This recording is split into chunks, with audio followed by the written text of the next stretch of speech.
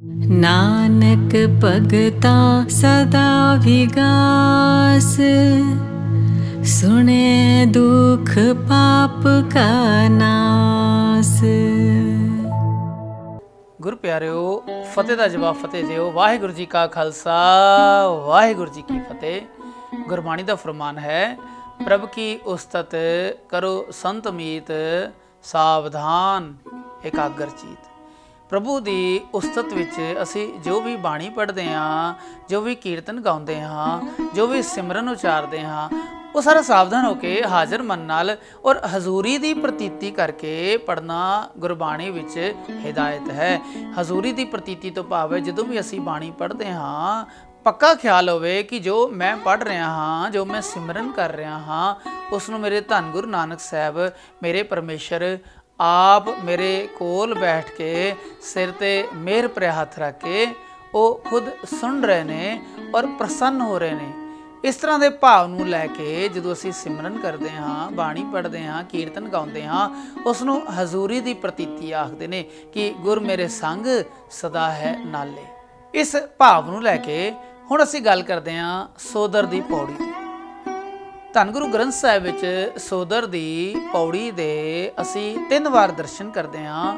ਇੱਕ ਵਾਰ ਜੋ ਸਭ ਤੋਂ ਆਰੰਭਕ ਬਾਣੀ ਹੈ ਜਪਜੀ ਸਾਹਿਬ, ਉਸ ਵਿੱਚ ਦਰਸ਼ਨ ਹੁੰਦੇ ਨੇ। 27ਵੀਂ ਪੌੜੀ ਵਿੱਚ ਸੋਦਰ ਦੀ ਬਾਣੀ ਦਾ ਜ਼ਿਕਰ ਹੈ। ਦੂਜੀ ਵਾਰ ਇਸ ਸੋਦਰ ਦੀ ਬਾਣੀ ਦੇ ਦਰਸ਼ਨ ਹੁੰਦੇ ਹੈ ਅੰਗ ਨੰਬਰ 8 ਤੇ, ਜਿਹੜੇ ਕਿ ਰਹਿਰਾਸ ਸਾਹਿਬ ਦੇ ਵਿੱਚ ਸ਼ਾਮਲ ਹੈ। ਉਸ ਤੋਂ ਬਾਅਦ ਸੋਦਰ ਦੀ ਬਾਣੀ ਦੇ ਦਰਸ਼ਨ ਹੁੰਦੇ ਹੈ 347 347 ਤੇ। ਹੈ ਬਾਣੀ ਇੱਕੋ ਹੀ, ਪਰੰਤੂ ਜੋ ਅੱਖਰਾਂ ਦਾ, ਮਾਤਰਾ ਦਾ ਥੋੜਾ ਅੰਤਰ ਹੈ, ਉਹ ਇਸ ਕਰਕੇ ਹੈ ਤਾਂ ਜੋ ਸਿੱਖ ਉਸੇ ਬਾਣੀ ਨੂੰ ਪੜ੍ਹਦਾ ਕਿਤੇ ਸੋਚਾਂ ਵਿੱਚ ਗਾਇਬ ਨਾ ਹੋ ਜਾਵੇ, ਗੁੰਮ ਨਾ ਹੋ ਜਾਵੇ, ਸਾਵਧਾਨ ਹੋਵੇ।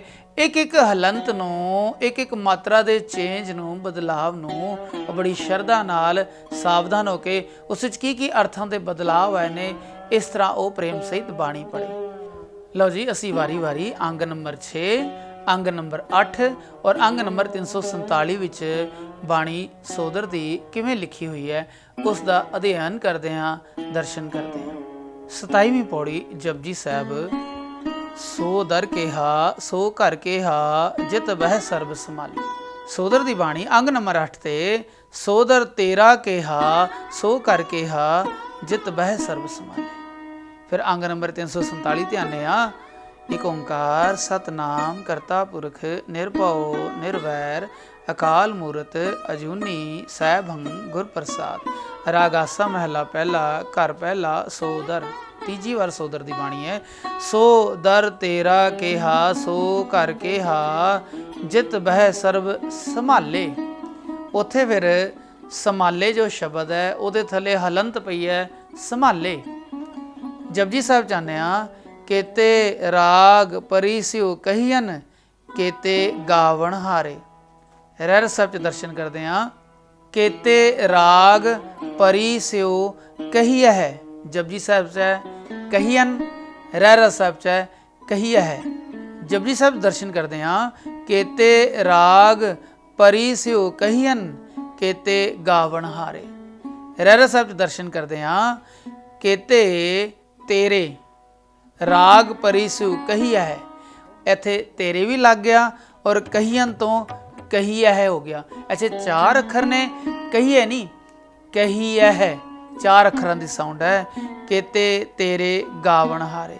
ਜਦੋਂ ਅਸੀਂ 347 ਤੇ ਦਰਸ਼ਨ ਕਰਦੇ ਹਾਂ, ਉੱਥੇ ਲਿਖਿਆ ਹੈ ਕੇਤੇ ਤੇਰੇ ਰਾਗ ਪਰਿਸਿਉ ਕਹੀਅ ਹੈ, ਕੇਤੇ ਤੇਰੇ ਗਾਵਣ ਹਾਰੇ। ਭਾਵ ਰਹਿਰਾਸ ਸਾਹਿਬ ਵਾਲੀ ਤੁਕ ਸੇਮ ਟੂ ਸੇਮ ਇਨ ਬਿਨ ਉੱਥੇ ਦਰਜ ਕੀਤੀ ਗਈ ਹੈ।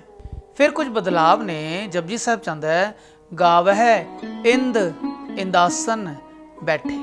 ਇੰਦ ਇੰਦਾਸਨ, ਰਾਰਾ ਨਹੀਂ ਲੱਗਾ। ਗਾਵਹਿ ਇੰਦ ਇੰਦਾਸਨ, ਇੱਥੇ ਗਾਵਹਿ ਹੈ, ਇੰਦ ਇੰਦਾਸਨ ਬੈਠੇ ਦੇਵਤਿਆਂ ਦਰ ਨਾਲੇ।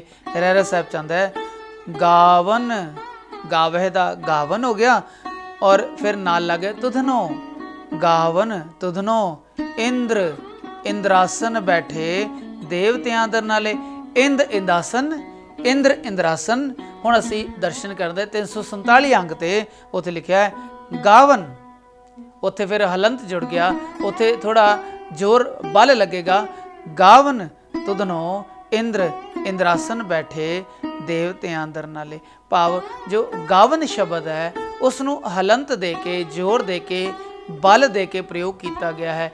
ਇਸ ਤਰ੍ਹਾਂ ਅਸੀਂ ਦੇਖਿਆ ਵੀ ਸੋਦਰ ਦੀ ਪੌੜੀ ਵਿੱਚ ਗੁਰੂ ਸਾਹਿਬ ਨੇ ਸਾਵਧਾਨ ਇਕਾਗਰਚਿਤ ਹੋ ਕੇ ਬਾਣੀ ਪੜ੍ਹਨ ਦੀ ਜੋ ਹਿਦਾਇਤ ਦਿੱਤੀ ਹੈ, ਗੁਰਸਿੱਖਾਂ ਨੂੰ ਇਸ ਸੋਦਰ ਦੀ ਬਾਣੀ ਪੜ੍ਹਨ ਸਮੇਂ ਉਹ ਬੜੇ ਚੇਤਨ ਹੋ ਕੇ ਅਪਣਾਉਣੀ ਚਾਹੀਦੀ ਹੈ। ਆਗਿਆ ਬਖਸ਼ੋ, ਅਸੀਸ ਬਖਸ਼ੋ।